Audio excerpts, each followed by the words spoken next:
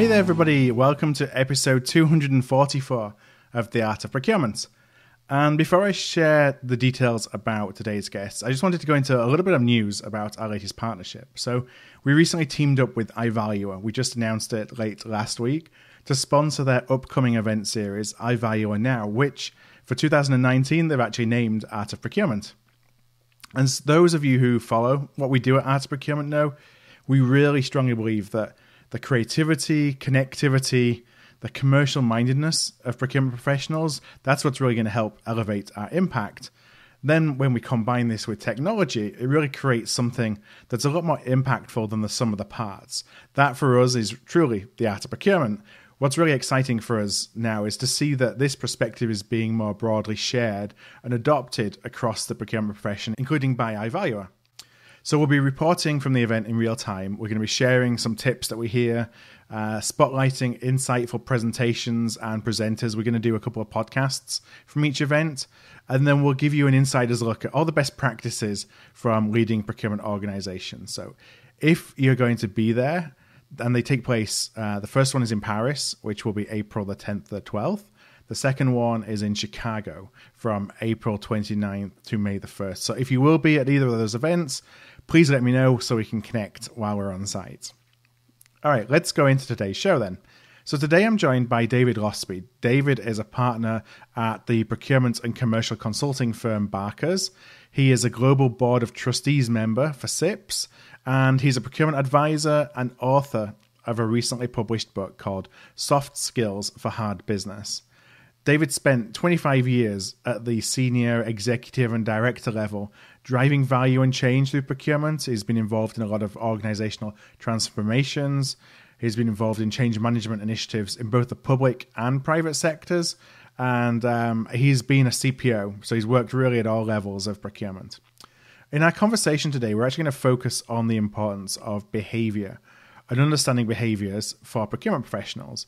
So as David explains later in the episode, the importance of remembering that, while we expect others to exhibit rational behaviors, rationality is really in the eye of the beholder. So in cases where we think others are acting against their or their enterprise's best interests, it's actually likely that we either don't have access to the same information they do, that's causing that decision-making process, or perhaps they're interpreting that information differently. So getting to the root of that disconnect is the most effective way to actually address what we believe are unexpected behaviors and therefore achieve alignment. So as we go into that conversation, I start by asking David, as I always do, if he found procurement or did procurement find him? I think the answer to that question is probably a bit of both, actually, if I'm being really honest, because my earlier career, or my first career, I'll call it, was actually spent in construction and property development. Right. And within that, obviously, you get to put in place lots of contracts on every single project. And so that's something I recognize that I enjoyed as part and parcel of the role that I did as a project and contract manager. Mm-hmm. And it was at that probably that inflection point midway through what you would term as being my working career that actually procurement then sort of found me by dint of working in an organisation called GlaxoSmithKline, where they'd had a couple of what they described as failed attempts to get to grips with capital and equipment procurement, which in those days was $1 billion plus a year, and said that actually we need somebody that can be poacher-term gamekeeper. Right. And really what that meant was moving my career from out of a role which was focused on delivering and interpreting stakeholders' requirement and realizing that into live facilities, to then actually moving into procurement as a full-time role as VP and director in GlaxoSmithKline. And that's where my procurement career then took off. And I think like a lot of people who've had business experience in other functions or other areas of business prior to moving into procurement, I would always say that that's probably an invaluable part of getting into procurement, albeit I recognize many people have gone through the route of studying and then moving into procurement as their one and only profession. Not that there's anything wrong with that, but I certainly found that having that business context and having that business understanding, and hence the bit about procurement finding me, I think was actually true, in that the company recognised that actually having somebody who understood the market, stakeholders, and I guess the nuances and specifics related to a very complex area of procurement, such as construction and property is, was actually part and parcel of what they were missing in articulating some of the tools and techniques that came out of category management and other things like that at that time. And then as you came into procurement, I think you kind of embarked on what would be a more traditional then career path, right, within the procurement function. Yeah, so for me, picking up that role, I think it was interesting that, to be fair to GlaxoSmithKline, I went through the typical, category management training and various other things in terms of understanding the different ways and techniques of utilising category management. But it's something that I've always seen as being something that you need to be aware of, but something very conscious that you need to adapt and flex and be agile to in terms of responding to the different stakeholders and functional areas of the business. Yep. Because I think that's how as procurement we become successful and relevant to what we deliver in terms of value within the organisation. So, from that point of view, yes, I guess I've been fortunate insofar as putting plenty back into the profession too, in terms of thinking about, how we can give back to other people coming through the profession over the years.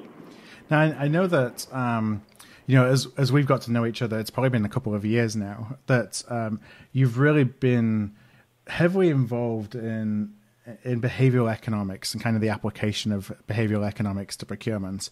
I just wondered if there was something, because I'd like to talk about that a little bit as we go further into our discussion, but was there something that happened that kind of triggered that interest and triggered the interest in behavioral economics as it applies to procurement? Or has this always been something that's been of interest and it was kind of the coming together of two interests? I think for me, in a sense, it's that classic light bulb moment. And I think that the recognition for me was that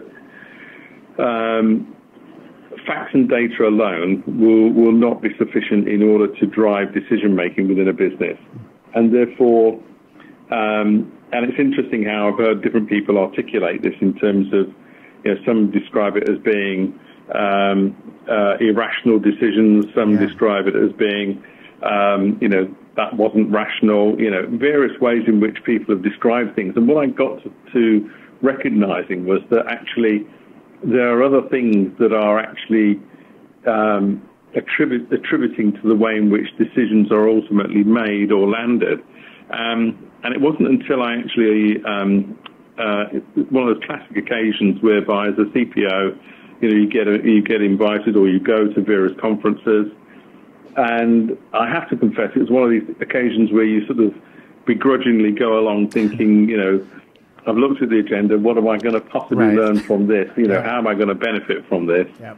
And I think that's the point whereby I think going in with an open mind, you go into something. And then I bumped into a guy called Professor John Henk, who will probably mean nothing to most people, other than for the fact that he was a professor, or still is a professor in the US, but focused majorly on the American automotive industry and started to use and apply behavioral economics to what was happening in that sector, and actually worked out how to utilize data around the way in which the large automotive organizations interacted from a supplier relational point of view and their share price. And so in other words, he created this link between what I call the behaviors of the purchasing organization to how they behave with their supply chain. And actually there was a link between what I call poor behaviors and good behaviors and what happened to their stock price. Yeah. And suddenly my ears pricked up and I suddenly realized that there was starting to be the semblance of a way in which I could understand the impact of behaviours to not just performance, but also to value. And so therefore, that sort of sparked, if you like, the initial catalyst that then set me on a journey for the last, I guess, 7 or 8 years or more in looking at behavioural economics and what it means to procurement. And as I hopefully simplistically put it, making sense and translating some of that work into what is ostensibly a profession that is very heavily reliant upon tools, processes, templates, systems, etc. But actually, the one thing that we often, how can I put it, perhaps don't give sufficient credence to is what happens around and surrounding the people and the behaviours that they then use or exhibit. And it started to then help me understand what a book, in fact, there was a book entitled called Predictably Irrational by a guy called Dan Ariely, which speaks about the fact that actually behaviours do have a rational explanation from the point of view of the other person. Right. And therefore it's our job, in a sense, to understand those and understand how they might materially impact or affect or change the way in which decisions then ultimately get made. Yeah, it's interesting how, you say about different people framing it in different ways, and I would always think earlier in my career about it being other people being irrational in making decisions that I couldn't understand, because all the data presented suggested that the alternative decision was a no-brainer. And it's only when you start to think that everybody makes a decision for what is a rational choice. It's a rational decision in their mind. They may just have a different frame of reference to you of what rationality looks like. Yeah, and that's why I think when I sort of say to people what you're doing is what you're witnessing is the fact that somebody else has either framed or has interpreted the information, the context, the situation, the people, whatever it happens to be, through a different lens to you. Your job is to understand how they've done that and how they've arrived at that decision, because ultimately they don't set out to do a bad job or behave irrationally. That's not how people get to decisions, and therefore our job, in a sense, is to unpick and understand what was the decision-making process that they used, recognizing it will be quite likely different to our own. And I'll get to explain more about that hopefully later. Yeah, and I also just want to jump in and say for John Henke's work, I'm going to put a link in the show notes. I was and have been heavily involved in the auto industry in the States and in the UK, and we always really valued his work. The companies I worked for were never particularly strong performers, but that probably wouldn't surprise anybody. Looking at supplier relationships between US OEMs versus the strength of relationships that other OEMs have with their suppliers. But I'd recommend anybody to go and check it out. So I'm going to include that in the show notes. Yeah, do, absolutely, because the work that he's done as part of Planning Perspectives, Inc. Is brilliant. And he's got the data over about 17 years now, I think, with my memory it serves me right, and therefore, it's not something that you can just brush aside as being a bit of an initial sort of, how can I put it, foray into the area. Yeah. It's well grounded and well proven in terms of what he's done. I guess that's why, for me, in a sense, it was quite a light bulb moment, as I describe it, in my career, because it suddenly allowed me to see things from a different perspective, but also then pick up on the absolute breadth and depth of research, information, etc., that sits in the area of decision sciences and all the behavioral sciences and social sciences. There's a wealth of information. It shows the impact of small decisions and how they compound over time as well across the scale of your organization in the context of how you work with your suppliers. Because as you mentioned, kind of the tie between how you're treating your suppliers and share price ultimately. When you look at the cycle in the automotive industry, the peaks and the troughs, then those who are the most successful in riding out the troughs are those who actually are treating their suppliers better, however you want to define that, but mostly in terms of strength of relationship. because they get the backing of their suppliers when times are tough. And if they're not treating their suppliers in that way, then, when times are tough and everyone's got to choose who they want to work with and where they invest the resources they can afford, they're always going to put it in ones that they've built that trust with. Absolutely. And again, there are many examples of that whereby you'll see people, they say, oh, we have a supplier program in place. Well, you might have a program in place, but actually if you're not living and breathing those values and actually, how can I put it, making them come alive and building those relationships, ultimately it just becomes another wall chart or another document because it becomes totally meaningless. Yeah, and protecting those relationships when times are tough. I think that's always been the hardest thing, because that just takes away any trust that may have been built up in putting it in place. If the first sign of difficulty, you kind of abandon those principles. Absolutely, totally. I mean, it's interesting because, as I've often said to people, and I think one of my peers referenced it as well, recognize that your relationships with people in industry and within the profession will go way beyond the contract you just put in place. Mm-hmm. So therefore they have a longevity to it, and therefore this is why I talk to people about making sure that trust is something really, really to be valued, and this whole thing about understanding what personal brand is all about and what you stand for is incredibly important, because reputationally we all know that, again, because we have quite a small community within procurement, you do something within that procurement community, it gets to be known and gets to be understood, and therefore it's really important that you do things in a sense that I think, have to be beyond question from a professional point of view. Yeah, it's very easy to damage a relationship, and I think there's a lot more ethics involved in our work than perhaps we considered 15, 20 years ago. I'm realizing that, you can say, kind of word gets around, and why do people want to work with you when you are kind of taking an approach that doesn't necessarily put the totality of a relationship first? Yeah, absolutely. I mean, again, I've been very, I guess, I'll call it lucky in my career. People might have expressed it in different ways, but when people sort of say to you, I wanted to join this organisation because, I like what you stand for, I like how you do things, and I like the standards that you adopt. For me, in a sense, that's probably the biggest compliment you can probably get in terms of how you do things, how you behave. And I think that's why, for me, it's hugely important in this area, because we are a reputation-based profession, whether we like it or not. I do.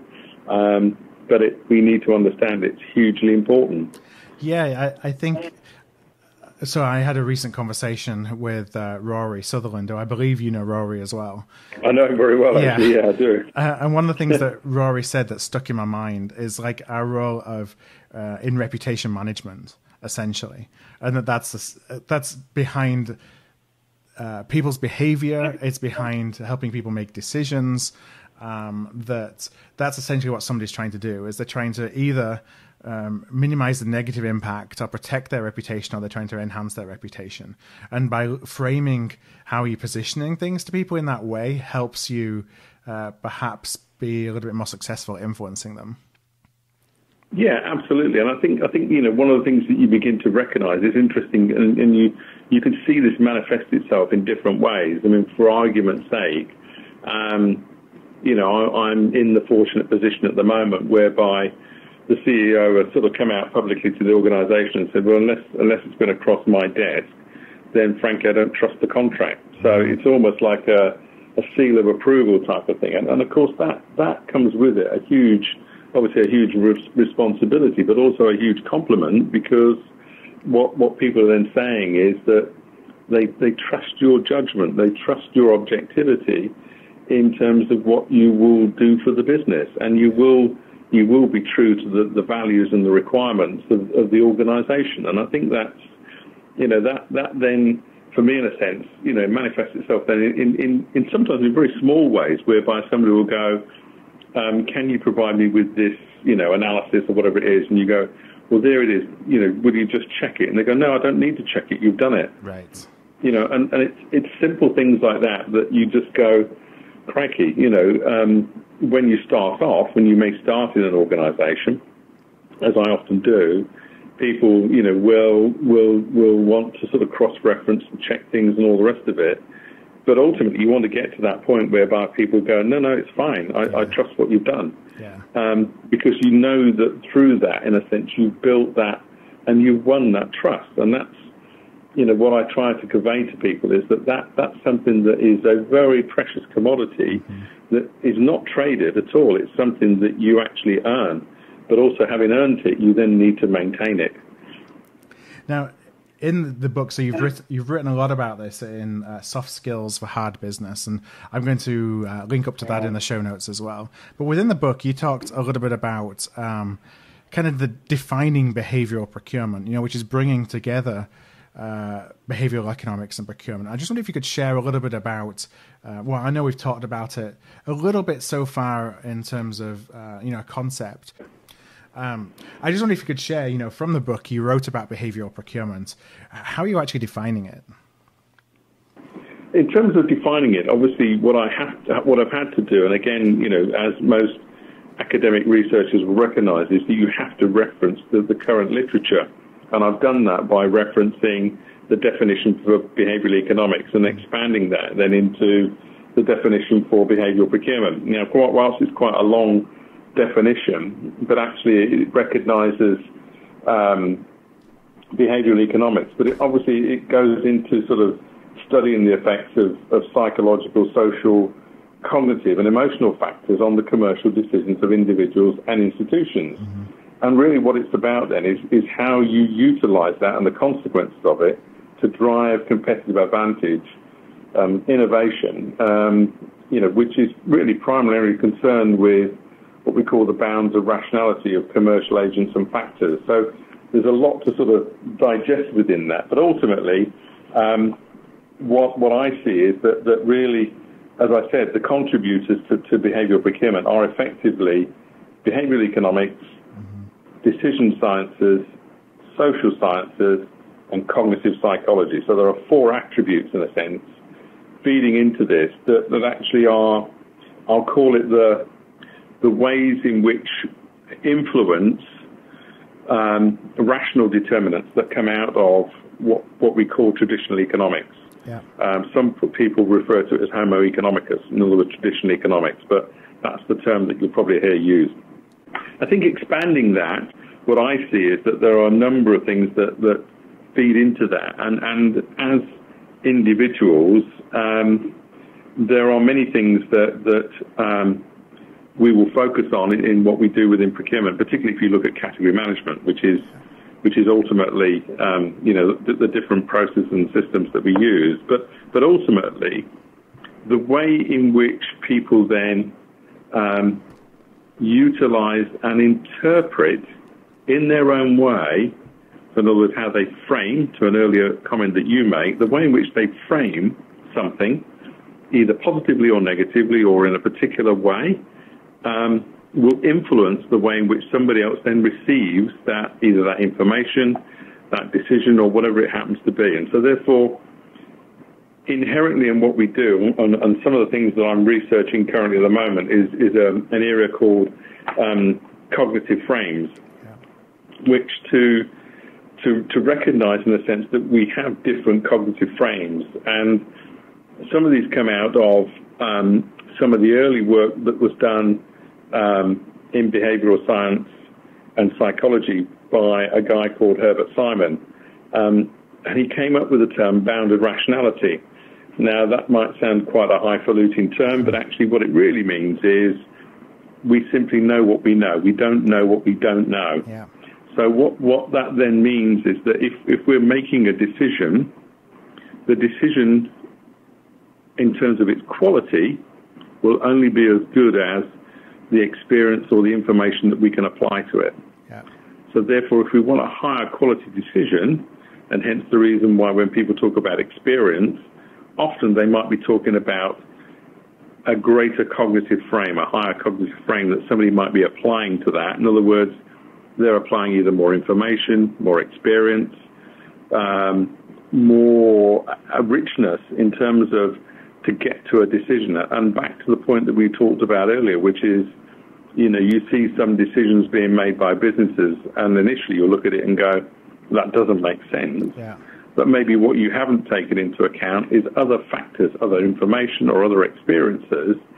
And I think a good example of that was, for instance, in an organization where I'd been asked to look at putting in, a new expenses system.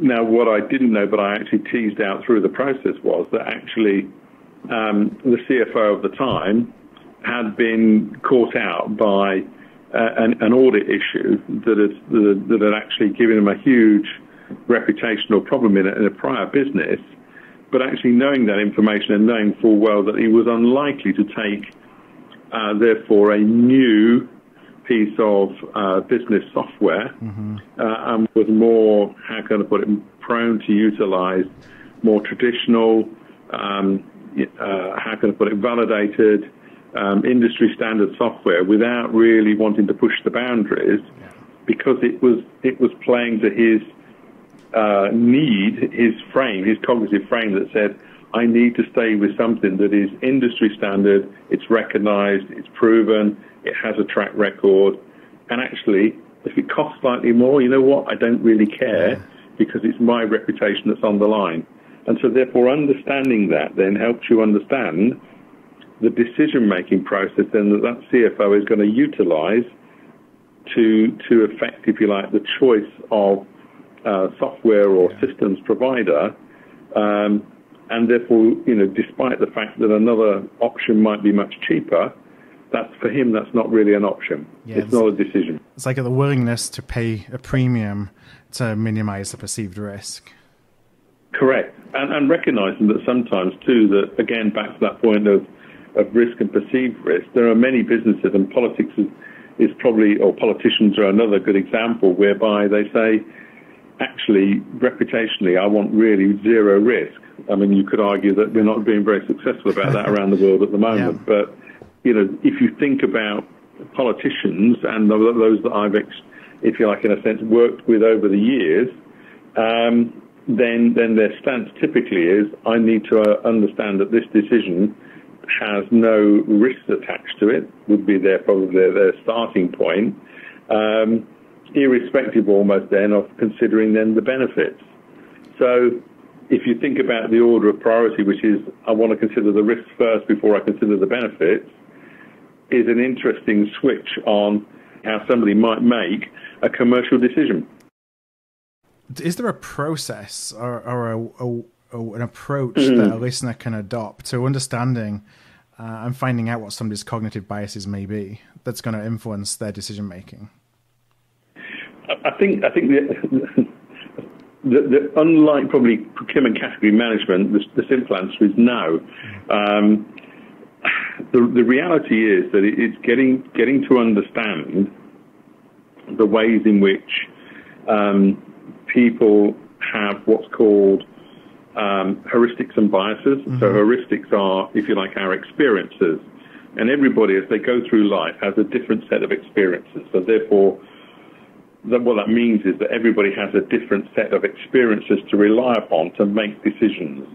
So if you accept that that's unique to each person, you then recognize that we then have, as human beings, we've categorized from a behavioral sciences point of view, we've got at least 188 biases and counting, and you multiply that up by what we call the scale that you might have of the different biases that you might have from 1 to 5, for instance, and then you multiply that up then all by our personality traits, and then by our cognitive frames, in other words, our experience in different sectors, you suddenly begin to realize that actually the way in which, or the attributes that are then being played out in terms of somebody making a decision are almost tending towards infinity. And therefore, that's why there isn't a singular process that says if you adopt this process, you'll work out how somebody's going to behave or decide something. It's not as simple as that. So the only thing that you can practically do is to begin to say, right, okay, let me try and narrow this down to what I think would be the principal biases, and I'll call it the heuristics and experiences and cognitive frame of a person making a decision, and therefore utilize that then as the way in which I might then frame a piece of information or a decision to be made. Now, does an opportunity exist for us recognizing that people's cognitive biases impact their decision making, to you're not necessarily understanding what all of those are, but actually to help the other person recognize that they have those biases, to create them coming to the conversation with more of an open mind, or to help them to come to the conversation with more of an open mind? Yes, and I think this is in the preparation. I mean, some of the things, in fact, interestingly, I advised somebody to carry out what was called a premortem. And they said, what's that? I've never heard of one of those before. I've heard of a postmortem. I said, well, yes, you will have done, because, guess what? Lots of people get to die, unfortunately. Yes. But premortems are really effectively a process that you go through that says, I'll involve lots of different people in terms of stakeholders, owners, decision makers, etc., through a process that says, let's try and understand in a, how can I put it, in a non-controversial environment, what could possibly go wrong with this particular decision, project, program, and try and understand before we even start to talk about the explicit program or project in hand. So in other words, you're trying to flush through in a structured way through workshops and engagement, what are the things that could possibly derail your decision or your project. And so therefore you get those out early on, but also then you start to then think about, certainly from my perspective, particularly where you're thinking about a singular or a few key decision makers, I would think about how to then understand the profile, as I will call it, of the individual in terms of their decision-making, I'll call it style for want of a better word, which is really start to think about how do I need to present up my information to different stakeholders, and how do I need to frame it, what language do I need to use, and all of those kind of things, and recognizing that as I have done through my career, that simply using exactly the same, I'll call it presentation or deck or whatever else, with everybody is simply not good enough. And therefore what I need to do, back to the recognition that people will receive information and interpret it in different ways, I therefore need to customize the same information for different stakeholders and different audiences. Because if I don't do that, although I'm being true to the facts and the objectives and things like that, the way in which I presented it may well be different. Yeah. So therefore getting that as a key recognition for procurement people to do that, rather than simply relying upon what they may consider they've got a lot of hard work into, and I've seen it happen and I've done it myself. So earlier on in my career, I thought, great, I've built this very comprehensive deck. It's got all the tools from category management in it. It's got, all the information you could possibly wish for, and you kill people stone dead. Mm-hmm. So you've not actually achieved the objective. But by being able to sort of strip that back and rework that information, then you can do exactly that. It's interesting that I did exactly that actually with one of the key stakeholders this morning in our loss prevention team, whereby they said, I've got all this information, I'm so close to it, I want you now just to pull it apart and just tell me which way I've got to present this. And we literally went from probably something like 30 slides down to about 4 and about 6 in the appendices. And he came back then from his decision-making body and said it flew through and never had such a good passage. Right. Well, why? Because I just simply understood the audience that he was, pitching it to, and therefore the way in which we needed to present the information. He'd done all the homework. He'd done all the hard work. All I did was just how can I repackage it? Right. And that's probably the simplest way I can explain it. Are there certain triggers you look for that help you determine, whether you need the 4-page deck or the 30-page deck, for example? I'll use some stereotypes here, unfortunately, but you might find that an executive audience, and particularly one CFO in particular that I worked with, who was absolutely fastidious about spreadsheets and detail, and therefore I realised that actually giving him a very high-level summary, he would not get comfortable with that and would never sign anything off. So actually what I had to do was spend time actually going through Excel spreadsheets with him to show, even down to the formulas and how it calculated through. And he got very comfortable with it, sat in the board meeting, said nothing, and just said, I fully endorse this, fully approve it, I've been through all the numbers. If you've got any questions, ask me. Yeah. I mean, what better endorsement could you ask for? But then on the flip side of that, there'll be other people who, unless you could do it in like 3 or 4 slides, their eyes would glaze over and they'd be looking out the window and they'd go, I don't understand it. And you couldn't then turn around and say, well, you've not been listening. And so therefore you have to package these things in different ways for different people. But that's really a hard challenge, I recognise on a practical level, when you've got a situation whereby you're going into an executive board whereby you've got people coming at this with different experiences and different expectations and objectives. So therefore the pre-work, as I call it, and the pre-positioning and all those good things, and then being able to signpost them as you go through the presentation, saying, such and such a person, I went with this through this with you last week. This is the summary number, but we recognise we've been through the detail. Yeah. So what you're doing all the time, in a sense, is providing signposting, you're framing certain pieces of information for certain parts of the audience. You're banking what I call the decisions as you go through the presentation. And so you ultimately get to the end whereby hopefully you've got to the point whereby everybody says, yeah, that's fine, keep going. Yeah. It is a competency that you have to develop, but it ain't an easy one, which is why I ended up with a title, which is, it is soft skills for hard business, because it's a hard thing to do. And I guess that's some ways points towards why, it's something that is not necessarily covered in every single,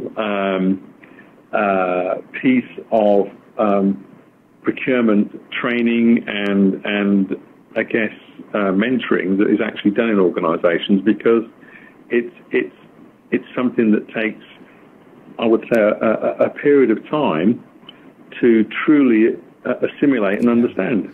Yeah, you talk a little bit in the book about the power of nudges, and when you talk about how you change your behaviours and start to think in this way, I'm reminded of it's taking small actions and taking them frequently, at least in my experience. So it's not something you go and sit down in a training course for 2 days and come out an expert and applying these techniques to everything that you do, but it's about doing things regularly to change your habits and behaviors. At least that's how I've kind of approached and found it to be helpful to me to develop these kind of skills.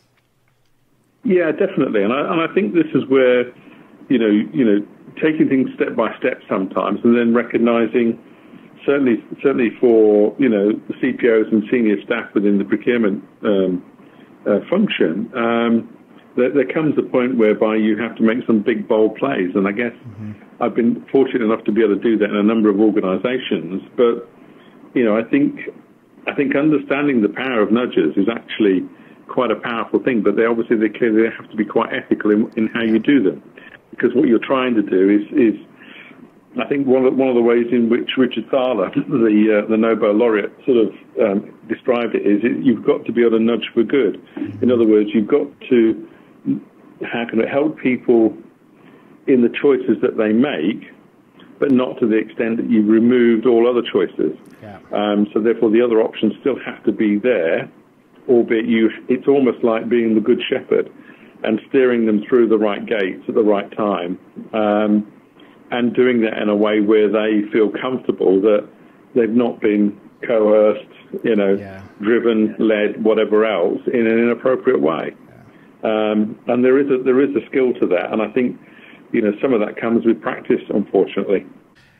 So I want to talk a little bit more about the practical application of behavioral procurement, and one of the things that immediately springs to mind is something that we're involved in, I think, most days, whether it's with suppliers or whether it's with ourselves, frankly, and that's with negotiation. And I just love your perspective on how we can use some of these principles in a negotiation. Yeah, I think there are many things that we can utilize here, and I think that it comes then down to a number of things, which is, you might say, well, communication is important in this space. You might talk about effective listening is important, and what I mean by that is checking to make sure that the other person has truly understood what you said, and that they see it and they interpret it exactly the same way as you, because obviously the last thing you want is to be at cross purposes at the end of a negotiation. So making sure that you seek that clarity. But then when you get into the negotiation, the way in which you might frame something is very important. So thinking about the way in which you might positively as opposed to negatively frame something. Yeah. One of the things that I recognized, again, through some research was actually, especially in negotiation where, and we'll often, not often, but we will invariably be in situations whereby we get to negotiate on something quite either unique, one-off, unusual, custom, whatever it happens to be.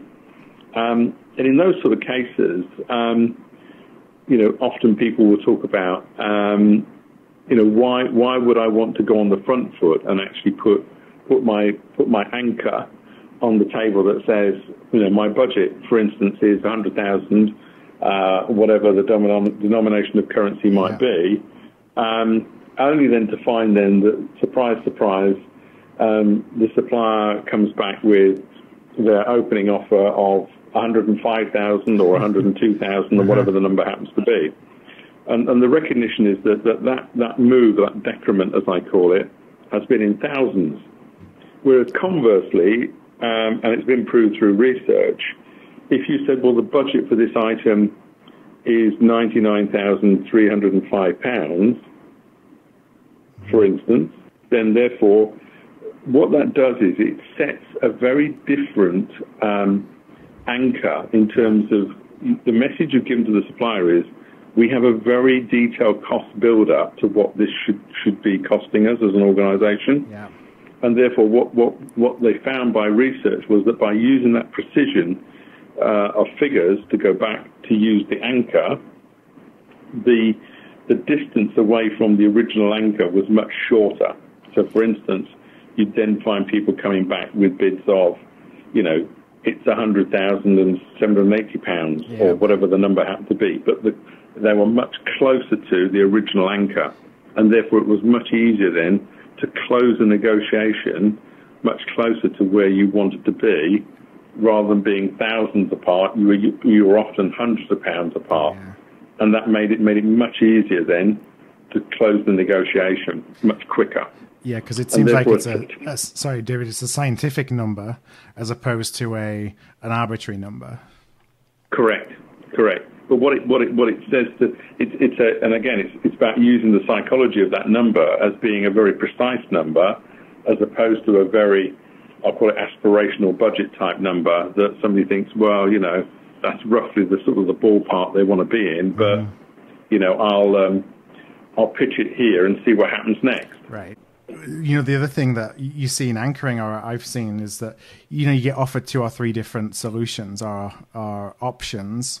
And those may be anchored around different prices, but the idea being that they're trying to guide you to a particular option, which may be option 2 or option 3, for example, by lowering what's available in option 1. So option 2 or option 3 seems like a much better deal, even though option 1 is never anything that they intended to provide you in the first place.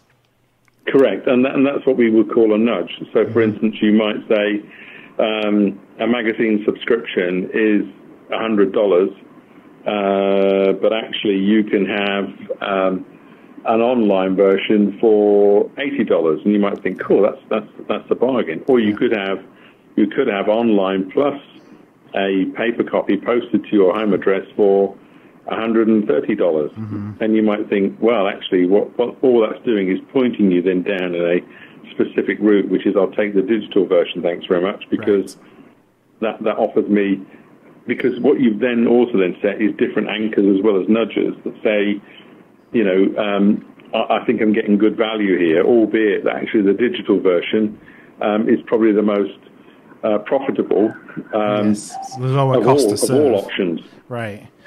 That's where that's where the profit is, because one additional user is not a lot, but actually the cost of delivering a newspaper, the physical cost of that means that there probably is no more additional money in that price point for them, and they just want to drive you down to the other one. Exactly. So, but again, you know, our fairness system says that seems fair because I think I'm getting good value relative to the other options. But what you're not doing is saying how is that price relative to, you know, how many thousands of copies or whatever it happens to be you might be distributing. I wonder if you could share, perhaps if there's another example of an application of behavioural procurement, something that you know would have a high impact for a procurement professional.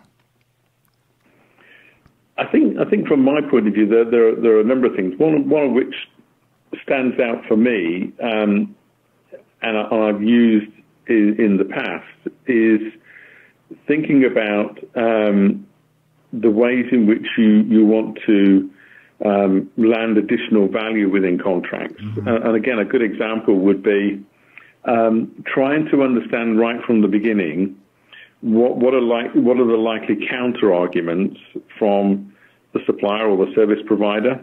And so recently we had an example whereby I built into a contract a combination of sales on the back of a contract that we let, as well as some additional value in terms of continuous improvement. Yeah.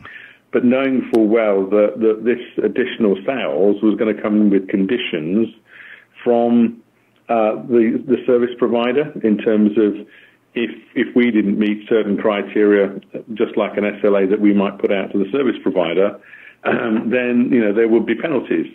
Yeah. And so what I did was I built in some high penalties into our service level agreement, only to then find that we got ourselves into a negotiation which I'd planned, which was, well, if you don't lodge any penalties against me, I won't lodge any penalties against you. Yeah.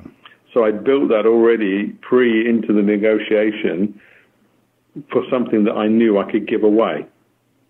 I knew it had a value to them because they didn't want to accept penalties into their contract. Now, we had prior experience of this service provider, and therefore we didn't think that they'd ever be lodged anyway. But it was a mechanism to offset what we thought might come back in terms of generating additional sales for the business. Yeah. So again, another negotiation technique that says, let's understand the behaviors of the service provider and what they have done to their network in releasing parcels of business to other network providers. This was their standard operating model. But what we'd done was we'd already built a counter mechanism into the original offer. So one thing I wanted to come back on, at the very beginning, we talked about John Henk's work in the automotive industry and kind of the impact on supplier relationship management. How can somebody who's listening to the show really start to apply behavioral procurement to the way that they're thinking about and then actually managing their supply base? Well, I think one of the practical ways is obviously, particularly where we've got key or if you like, critical suppliers to the business, then clearly you're going to start to think about supplier relationship management. What I prefer to sort of think about is to think about relationship management and less of the supplier relationship management, because the inference there is that we're managing the supplier rather than having a two-way relationship. Yes. Can I jump in with a pet peeve? Anybody who, I know that we use this all the time, but the term vendor, it does the same in terms of signaling. It just signals to me that it's a relationship that's not that important, and it's a transactional relationship. And there's so much about the way that you talk and frame up your suppliers that impact how they will work with you. From my experience now being on the supplier side as well, that we just don't think about that because we use procurement language, but the negative connotations that some of that procurement language will bring. Absolutely. So I think for me, you're quite right. I think this is where, again, thinking about the language, how it will be interpreted by the other party, and so being, I'll call it, cognitively aware of what the impact of language that we might use is critically important, and that's why for me, I created, a seventh pillar, if you like, to the relationship management sort of, I'll call it strands. I mean, many people from PwC to State of Flux and others have set those out and stayed with them. But for me, there are other indicators like trust and the cognitive diversity and the whole sort of understanding of the PDIs, the power distance index between you and the person that you or the company that you're working with to deliver a service or a product or whatever it happens to be. And often not, we rely hugely upon the supply chain to deliver in, innovation, critical thinking, all sorts of things, additional value. And therefore the language that we might use has to be chosen carefully and not to imply that they are secondary, subsidiary, or whatever else the relationship, but actually an equal partner. Yeah. And that simply by doing things like that actually rebases the whole relationship in terms of one where reciprocity is a part of it, and therefore thinking about the way in which you can add value to their business and vice versa is really, really, really important. Yeah. And thinking about the relativity of your business to their business, what would be considered of value to their business, and that might even be something as simple as being able to use your name or your brand as being an organization that they work with, or they have delivered a collaborative initiative with. There are all sorts of different ways in which this can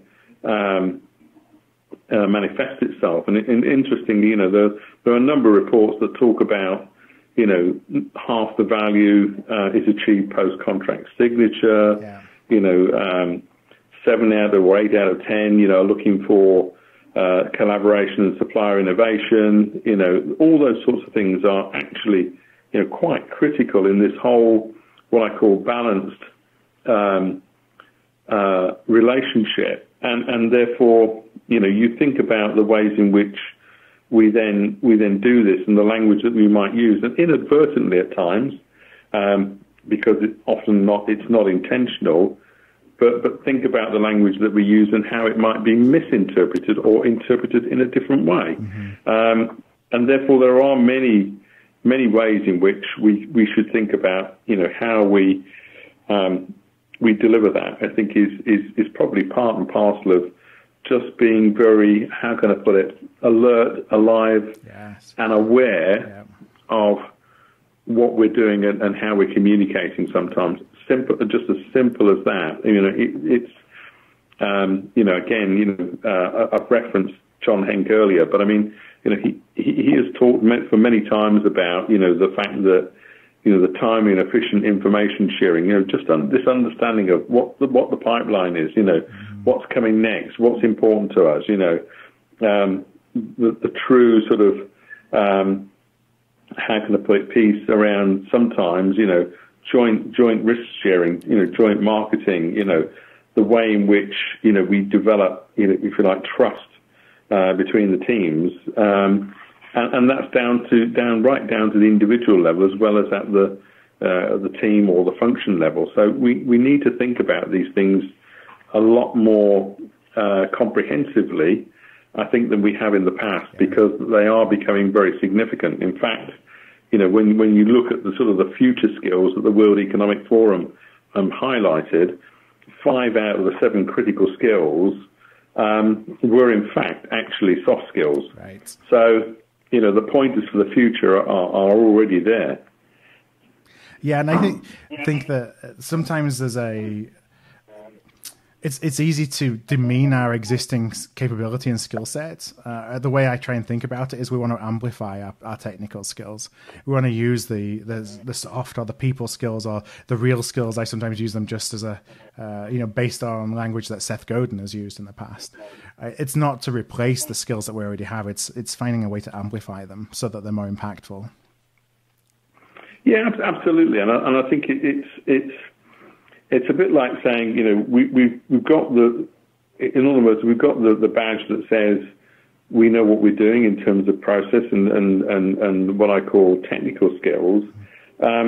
Actually, it's a bit like for me, that's a bit like the classic driving license analogy, whereby you get a license to practice, but then after that, then it's about the skill and the competency that you then develop as an experienced driver, and that's what you get judged on.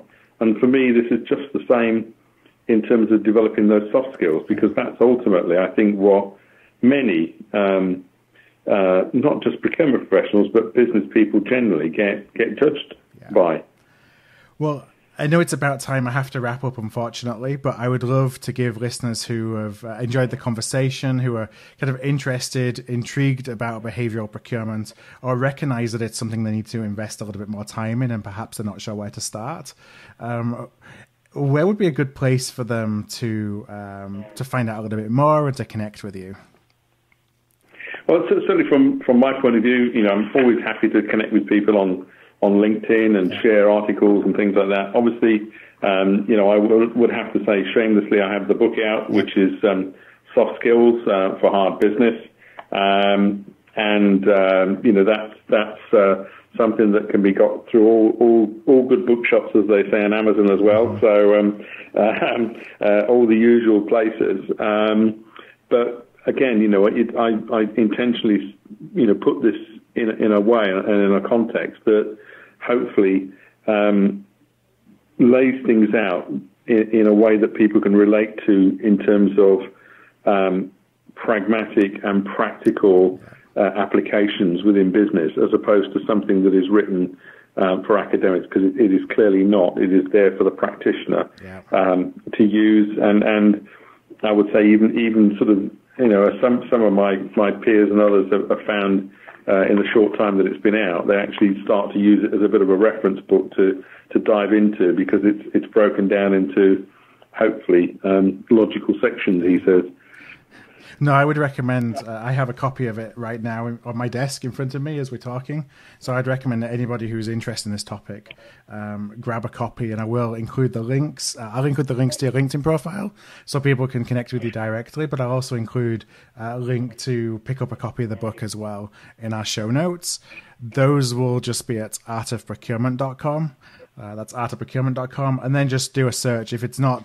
If you're listening to this after a little while after it's been published, which will be early 2019, just search for David Loseby, and the show notes for the episode will come up. So excellent. Thanks very much. No, with all that being said, David, I just want to thank you so much for joining me. We've been wanting to do this for a little while, so I'm glad we finally were able to get the mics turned on. And I think that this is so important to the future of our profession, because we all know that the profession is changing, that technology is impacting what we will be doing and what we won't be doing, and these people skills are really going to be fundamental to how we grow, or perhaps how we're restrained in the future. Absolutely. I think more and more I'm hearing from the talent guys and CPOs that this is the differentiator between the top talent and those that are the how can I put it, in the middle, and it is so critical that any time invested in this, I would say, is good time. Yeah, no, I agree. Well, David, thank you so much for joining me today, and hopefully we'll talk again soon. Hi there, I want to thank you for tuning in to today's podcast. You can check out all of our back catalogue at artofprocurement.com/podcast, where you can also subscribe to our newsletter to make sure that you never miss an episode. And if you found value in today's show, I'd love if you would tell a peer, or perhaps go and rate and review by going to artofprocurement.com/review.